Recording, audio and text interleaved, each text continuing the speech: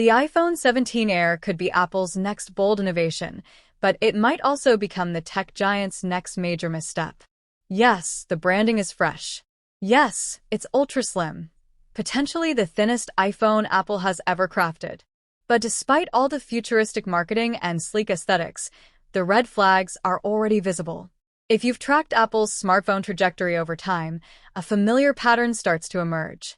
The iPhone 17 Air appears to be echoing the same storyline as the iPhone mini and iPhone Plus, both ultimately discontinued. And the underlying reasons could resurface yet again. Let's dive into the broader trend first. 2025 is shaping up to be the year of ultra-slim smartphones.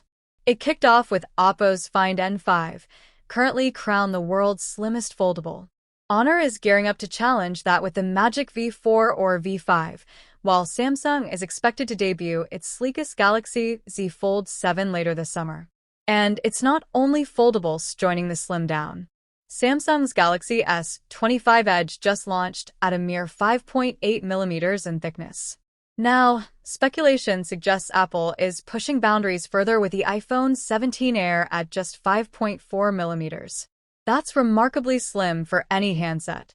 Sound impressive, right? But here's the trade-off.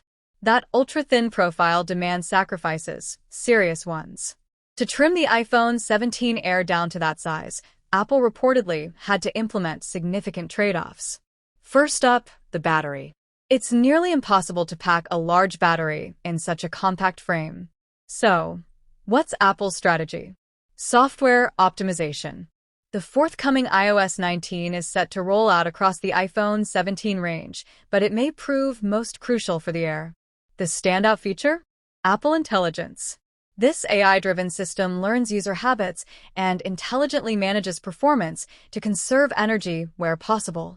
Theoretically, it could help stretch the Air's modest battery life to cover a full day, but realistically, time will tell. Then there's the camera compromise. Leaks suggest the iPhone 17 Air may ship with just a single 48MP rear sensor, akin to the budget-friendly iPhone 16e. That's acceptable at a lower price point, but the Air is rumored to replace the Plus, implying a higher price tier. Less battery, fewer lenses, yet thinner. That's a tough pitch. And Apple's recent track record invites caution. When the iPhone 12 mini launched, it was celebrated for its pocketable form factor and aesthetic appeal.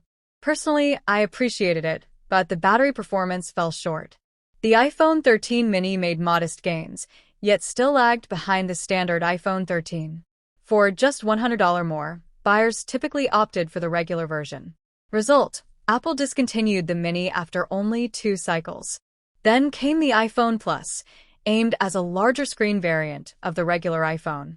With the iPhone 14 Plus, Apple delivered a 6.7-inch display and stronger battery performance. But guess what? Sales never took off. For 3 straight years, the Plus model consistently ranked as Apple's lowest performer. Now enters the iPhone 17 Air as its replacement. Like its predecessors, the Air targets a niche audience. Design-forward users who prioritize portability and style may be intrigued. But for the wider consumer base, it's a harder sell. If it's priced at Plus levels but offers downgraded features, what's the incentive?